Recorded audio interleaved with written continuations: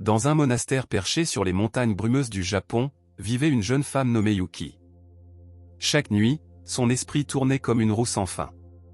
Les soucis du jour dansaient dans sa tête, accompagnés par les craintes du lendemain. Le sommeil la fuyait, et l'aube la trouvait toujours épuisée, les yeux cernés de fatigue. Un matin de printemps, après une énième nuit blanche, Yuki décida de consulter Maître Kensho, un vieux moine réputé pour sa sagesse tranquille et son sommeil paisible. Elle le trouva dans le jardin du monastère, ratissant le gravier avec une lenteur méditative. « Maître, dit-elle en s'inclinant, mon esprit ne me laisse jamais en paix. Comment puis-je arrêter de trop penser et enfin dormir ?» Le vieux moine sourit doucement et posa son râteau. Le chemin vers le sommeil paisible est pavé de 8 pierres précieuses. Viens, je vais te les montrer.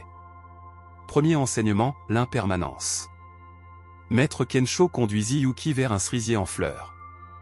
Regarde ces fleurs, dit-il. Elles sont magnifiques aujourd'hui, mais demain le vent les emportera. Elles ne luttent pas contre leur destin, elles ne passent pas la nuit à s'inquiéter de leur chute. Tes pensées sont comme ces fleurs, continua-t-il.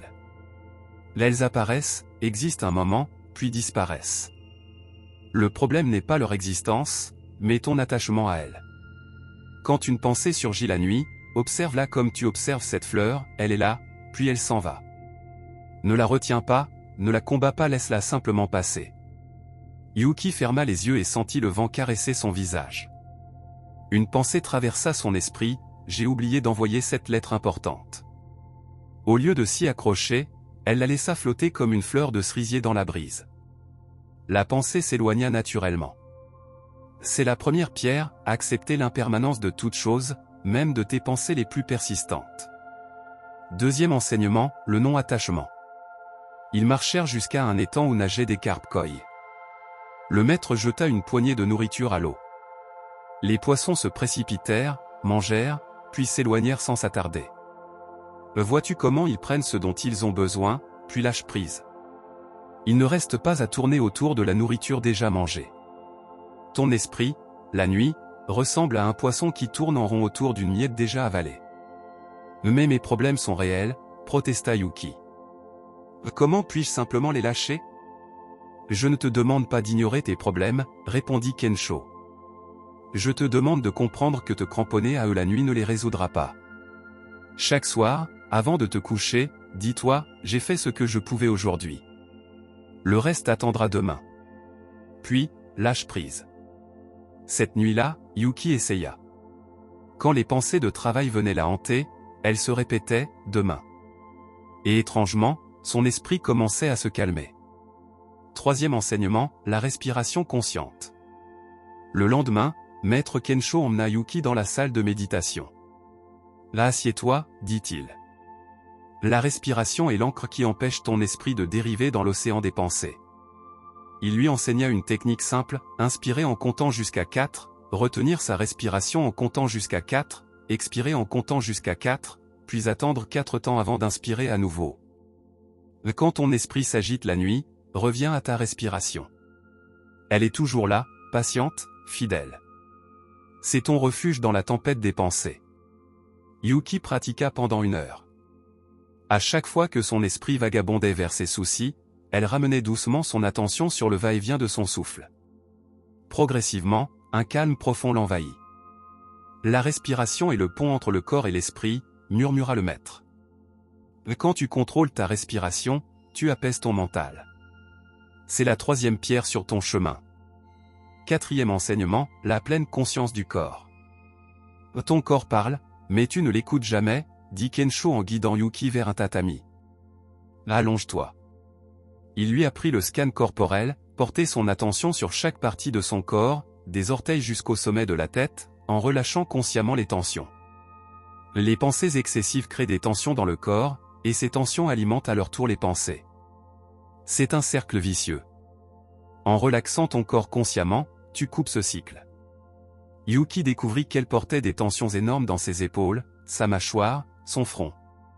En les relâchant une à une, elle sentit son esprit se détendre également. Chaque soir, avant de dormir, fais ce voyage à travers ton corps. Dis à chaque partie, tu peux te reposer maintenant. Ton esprit suivra. Cinquième enseignement, l'acceptation. Le cinquième jour, il pleuvait abondamment. Ils s'assirent sous l'avant-toit, observant l'eau tomber. « Que fais-tu quand il pleut » demanda le maître.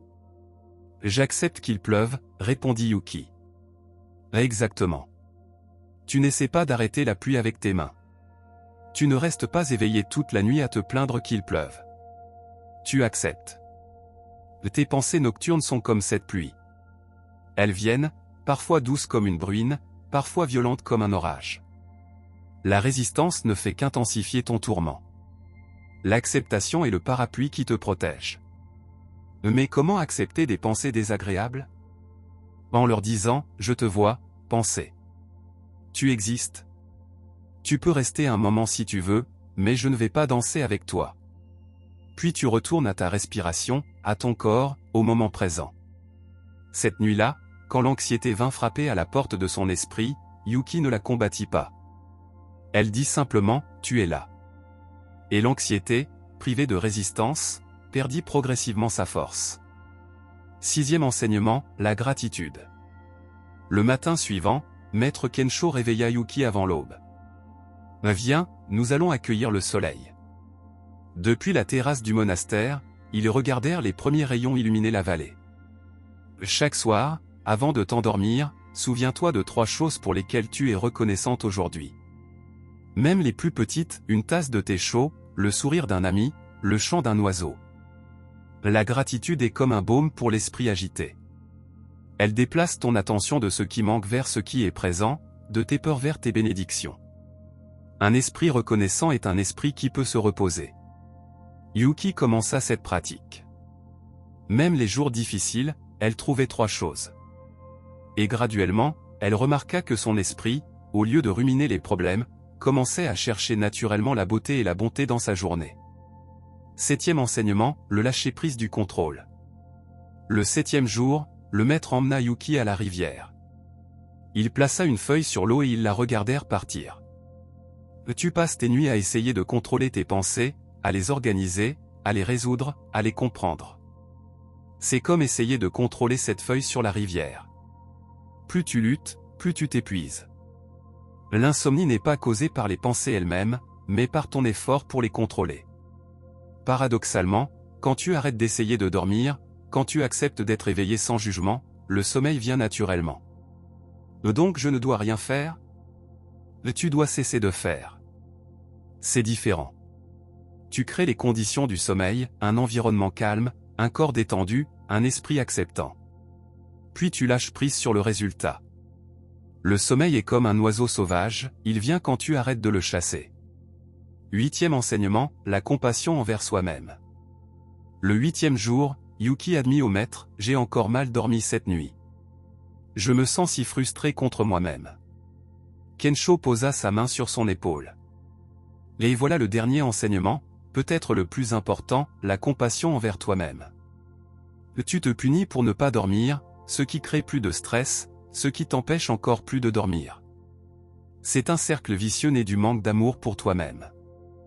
Traite-toi comme tu traiterais un enfant bien-aimé qui a du mal à s'endormir.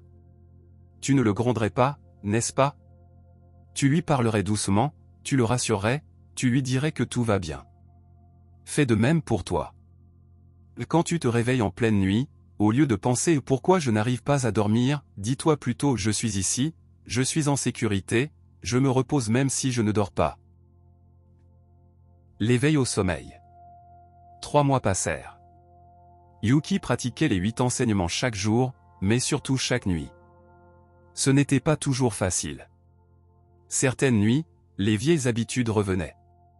Mais progressivement, quelque chose changeait. Elle ne combattait plus ses pensées comme des ennemis. Elle les accueillait comme des visiteuses de passage.